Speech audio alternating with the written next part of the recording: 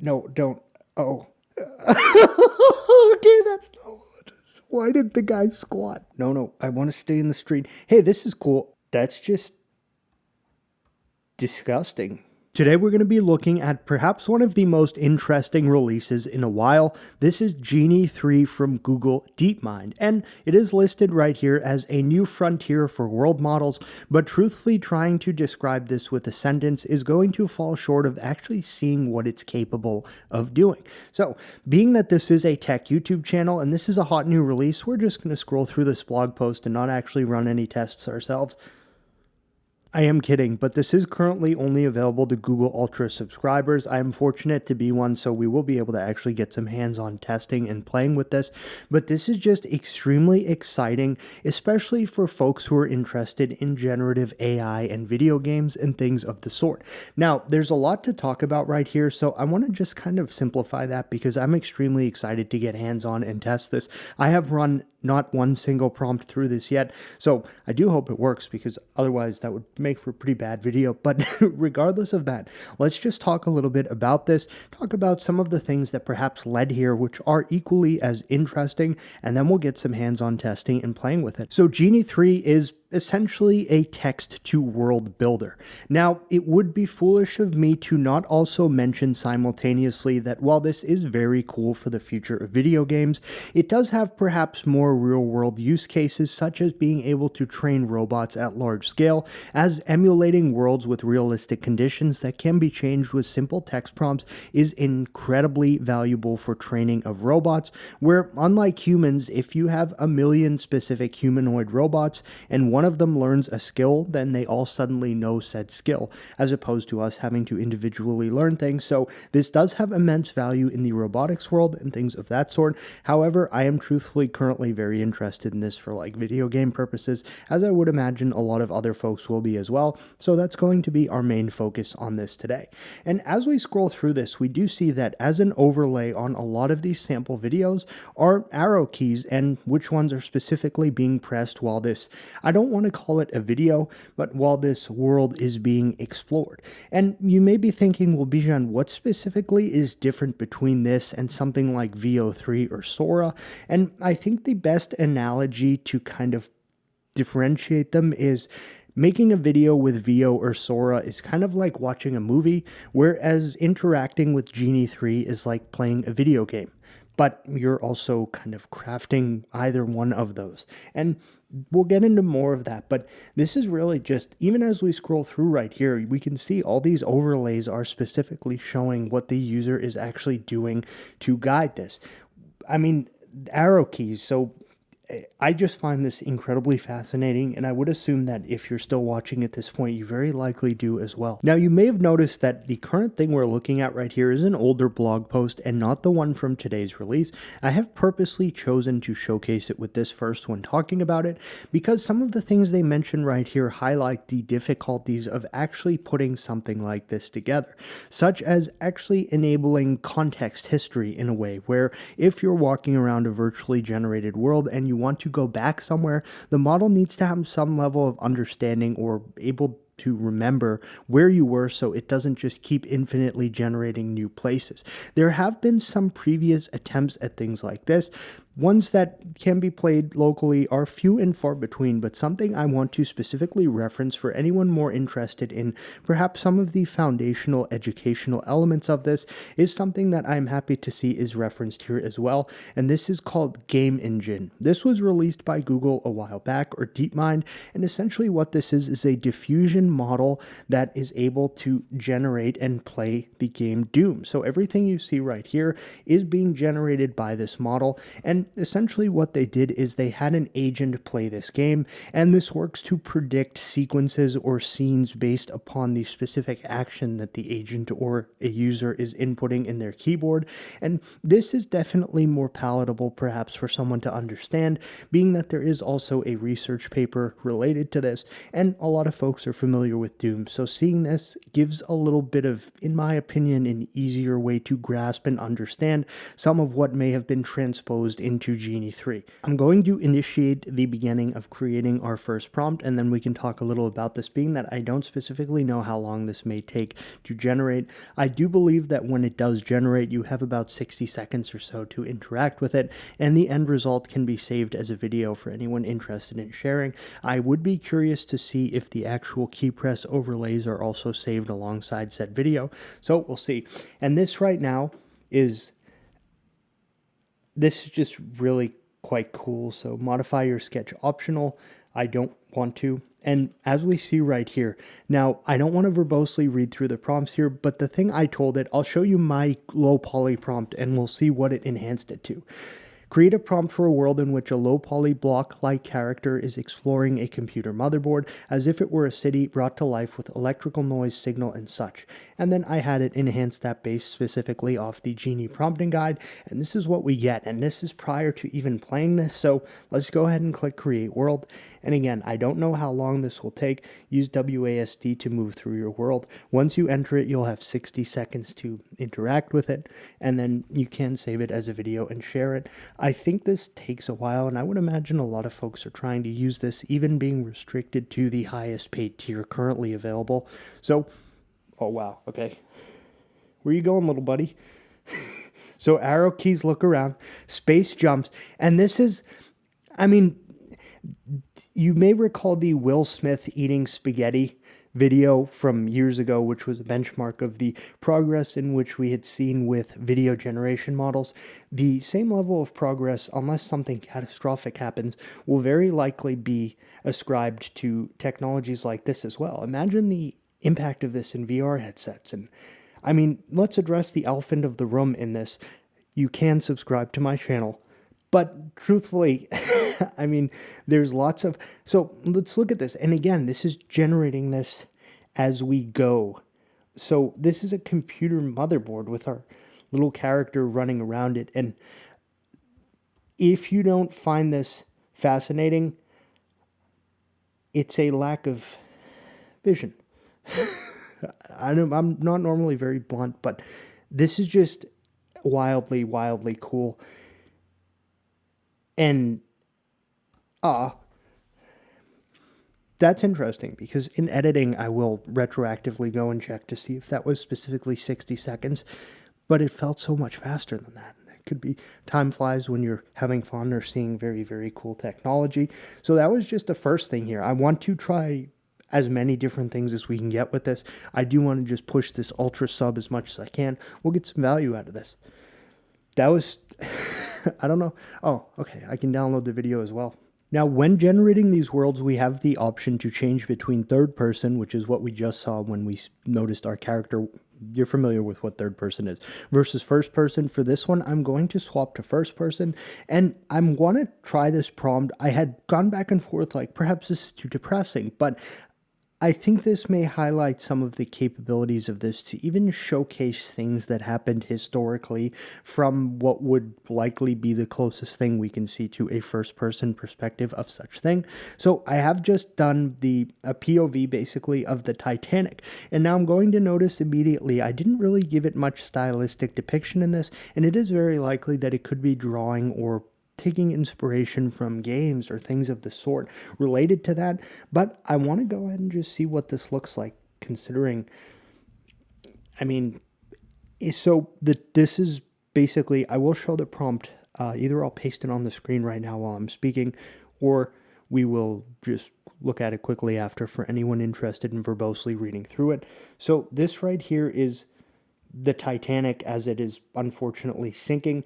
Now, I don't specifically know what is happening with the individual and what they're holding. Okay, so I'm going to say this is definitely significantly probably smaller than how the Titanic would have felt in reality. Now, we can jump. I don't want to just jump it. Yeah, okay, I do want to just jump into the water. Let's see what happens. Let's really test this. So, oh, interesting. So it seems that the side of the ship has expanded out.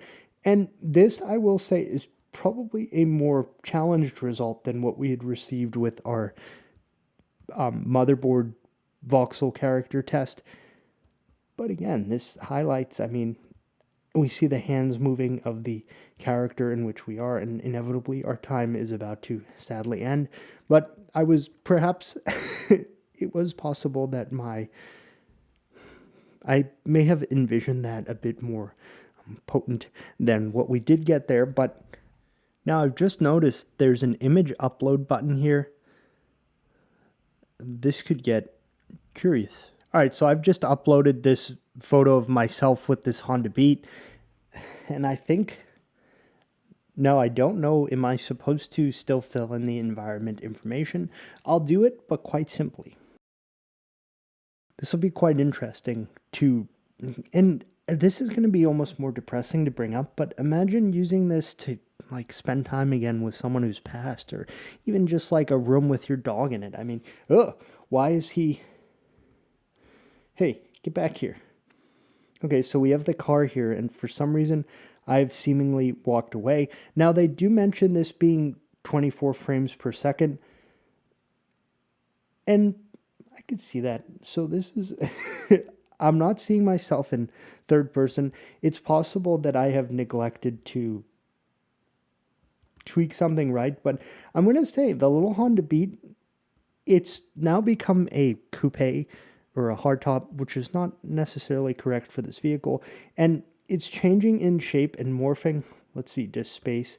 Okay, we can jump, although it is a bit slow. And this is just like, it's very neat. Now, we have jumped and we have not necessarily returned to the ground, but again, something that I talked about a lot is making sure that places you go back to and visit here look the same, or else that would just totally destroy the immersiveness to these experiences. And as time goes on, that will likely be something that is quite a technical hurdle to jump over, but will really be make or break for how cool these worlds are. Now we're going to try a scene from an office, just like a regular office, but where there's a lot of chaos right here, and you'll probably be able to see even while this does fade out a bit when it's trying to generate this world. I don't know if we'll get this as a generated result, as I don't know what level of cautiousness they've ascribed here in terms of content moderation, but the goal of this is to basically just give us a chaotic office environment exactly as we see right here. So, okay, if you'd like to make any changes, you can, or we can just hop in and create the world, which is precisely what I wish to do right now. Now, right now, there's no like seeming mechanics to start like beating people up and stuff, but that's something that comes with time. Oh yeah. This is good. We can move our view. I cannot wait for this to be more democratized in terms of both who can actually access this, to see how creative folks can get with it, as well as just imagine being able to do this locally. And you're maybe thinking like, Bijan, there's no way you can run this locally right now. And to that, I do have a counterpoint, because there have been experiments that, and look at the way, this is something I'm very interested in, is any physics interactions we see. So the can is being knocked out of the way, and I'm almost getting like very Grand Theft Auto 4 styles of physics interaction with items on the ground. As I was saying before I got overexcited by that, that's so cool. There actually have been demonstrations somewhat like this that can be run on a local video card, which I will quickly touch upon the conclusion of this. But that, I think, so far was probably our best result in terms of really properly being able to explore it. So if you Google search AI generated CSGO, my video shows up first and foremost, which is kind of like crappy because I didn't make this. I mean, someone else made this. I just covered it, but mine's the thing that goes. So look this up and you can see that this actually in real time will generate like a CSGO experience that you can actually play with your keyboard. This worked on a single 24 gigabyte video card, and this was well over a year ago, I believe, that I tried this. So for anyone interested in looking more at something that's currently available, albeit at a less capable degree, check out something like that. But this so far, this was definitely the best result. Oh no. Okay, it seems like I misclicked because we're going back into it, which quite frankly, I don't mind spending another 60 seconds in this, whatever this would be referred to as.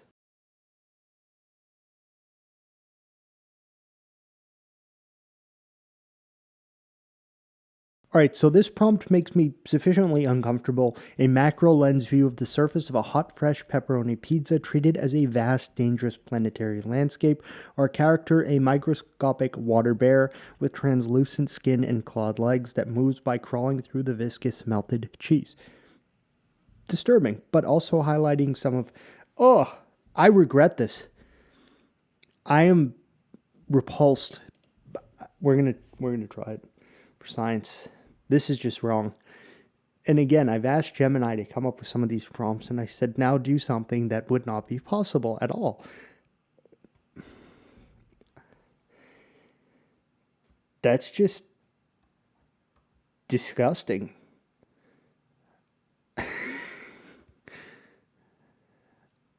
But this definitely highlights something that previously has likely never been thought of. So this is more of a novel display of the capabilities of this program. Uh-oh, get back on the pizza. Hey, get back there. All right.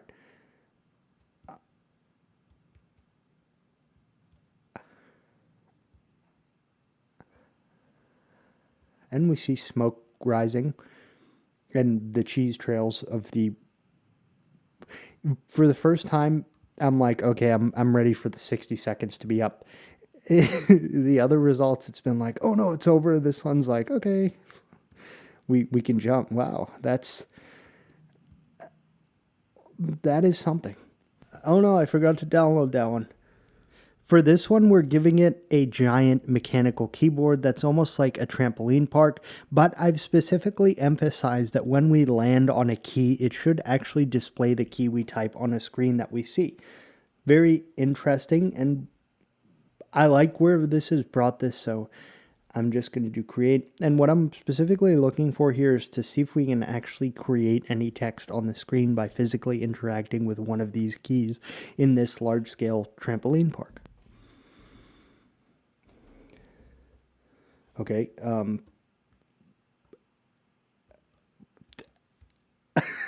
I'm not seeing the screen change, but something that I was not expecting is the animation of the key presses, which I kind of have to say is, it's somewhat like, what's that subreddit, like oddly satisfying? This is the vibe I get from this. Let's just... Okay. Wow. Do we have a space bar? And we did say QWERTY. Now, I wouldn't really expect it to get a full proper keyboard layout at the moment here. I'm trying to get down to the space bar, but the controls are somewhat inverted. I suppose I should... There we go. This is very neat. I like seeing the interaction between elements here in terms of just like the key depression.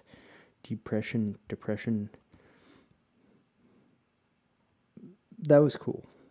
All right, everyone's like curious. Obviously, your mind goes to a specific place with this. So I just asked Google Gemini to do like a GF ASMR setting. I don't know. I just figured that this is an interest that a lot of folks may have for this technology. I'm not going to get like psychological or something, but a lot of folks are lonely in this world. So let's just see like what this creates in terms of an experience of companionship. Less about romance, more about companionship, but I wanted to specifically try this. The space bar is probably going to not be used for this. Okay, perhaps...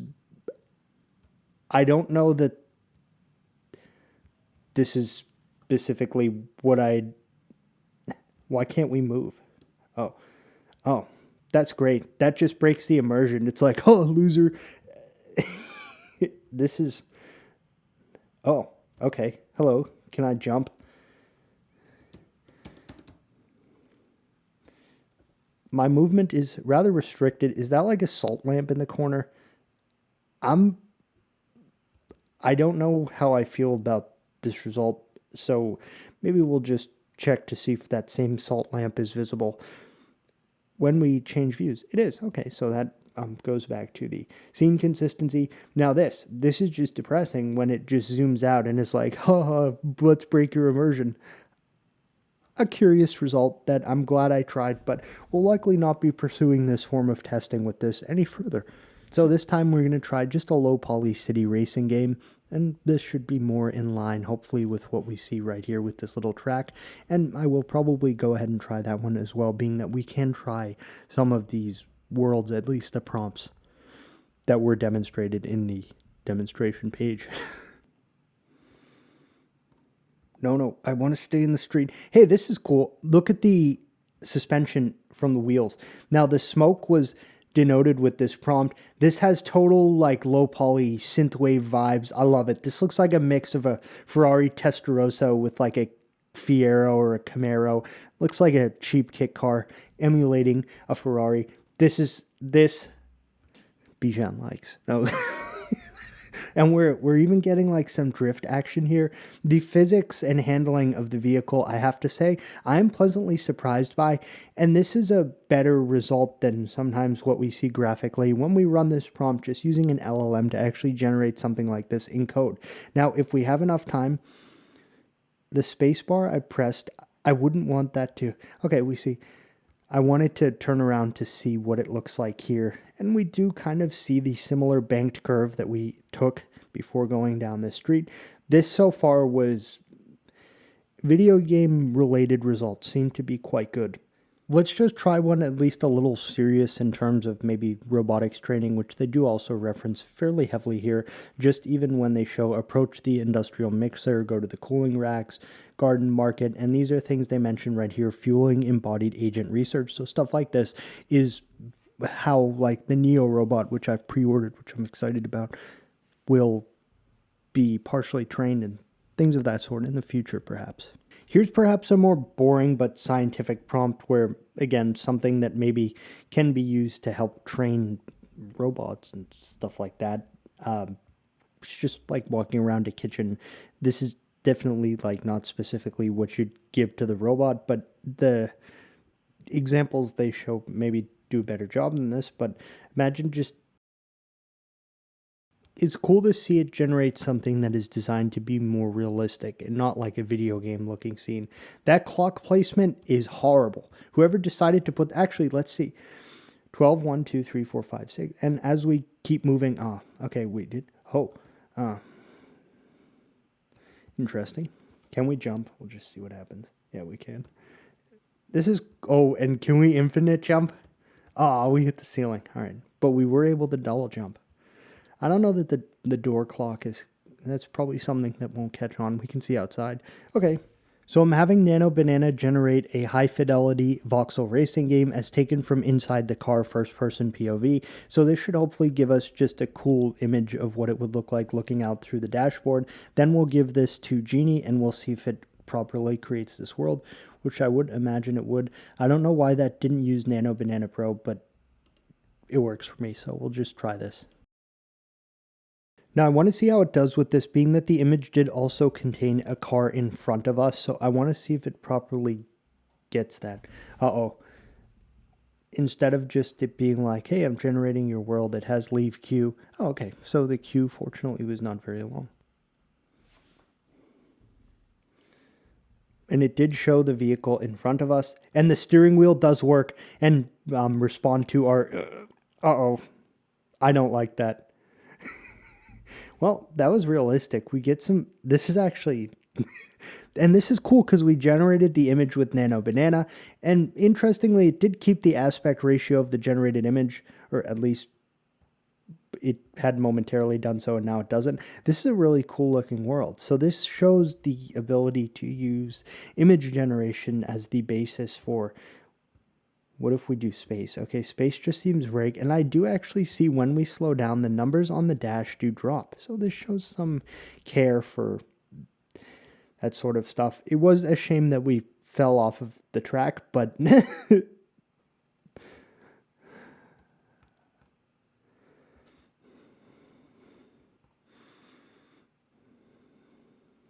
Very, very cool. A world made of fecal matter. Character, a fecal matter. Human? No, a fecal matter king. I can't imagine it's gonna... Oh, no. Oh. Well, it didn't really keep the whole like fecal matter style, but this perhaps seemed like it'll be a fairly graphically interesting result, regardless of whether or not it properly adhered to my prompt. So we'll check it out. Okay, so here's our inevitably our fecal matter king. We can jump, right? Oh, yep. Okay, let's change our view. Hey, this is, oh no. Let's see what happens if we interact with this individual. Okay, there was some form of actual collision collider there. Collision collider.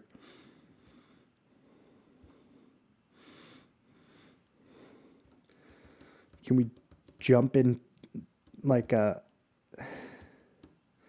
It seems like jumping works best when you're already moving. I think the model begins to have more trouble predicting what should come next when you stop moving and just try to press a... No, don't. Oh. Okay, that's not...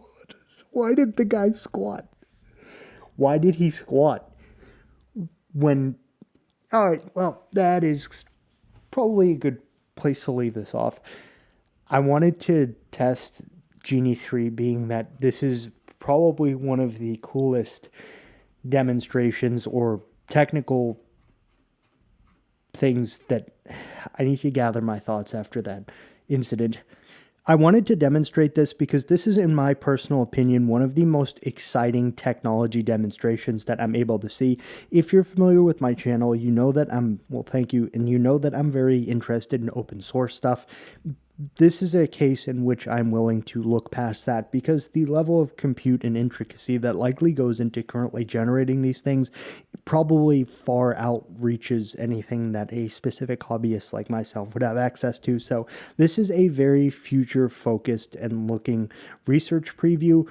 And again, I think the thing to go back to is that this could be akin to Will Smith eating spaghetti, as the AI-generated video benchmark has been from many years ago versus how it is now, where it's not 100% indistinguishable from reality, but it is significantly closer to reality than not. So imagine this in that same time span in terms of the progress. And while we did heavily focus on video games and things like that today, because that is where my personal interest lies, and I would imagine a lot of folks watching this as well, it is also rather potent in its capability to actually train things like robots in skills where they can learn skills at a significantly increased pace comparatively to a human having to individually learn something one by one.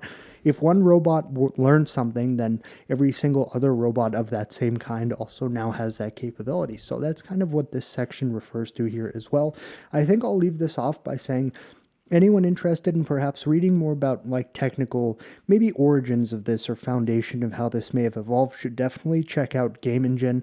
In addition to that, if you actually want to get some experience in playing with something like this on your local hardware, assuming you do have the capacity to do so, check out that AI-generated CSGO project. They had other games as well in that repository, so it was... I should specifically find it here. So this was the repository for that AI-generated CSGO, which we can see there's a bunch of other additional information right here. So definitely check this out if you want some version of this that you may be able to play with locally, albeit at a far simplified experience. But this is still very cool just in seeing origins and more accessible demonstrations, kind of like Genie 3, but at the local level. So with that, that is going to conclude our first look and testing of Genie 3, being that this is kind of a release that's under an expensive subscription tier, and I know a lot of folks are just going to do videos where they just like read this and they're like, wow. I wanted to actually test this. So with that, if you have any questions, please feel free to leave them in the comments, and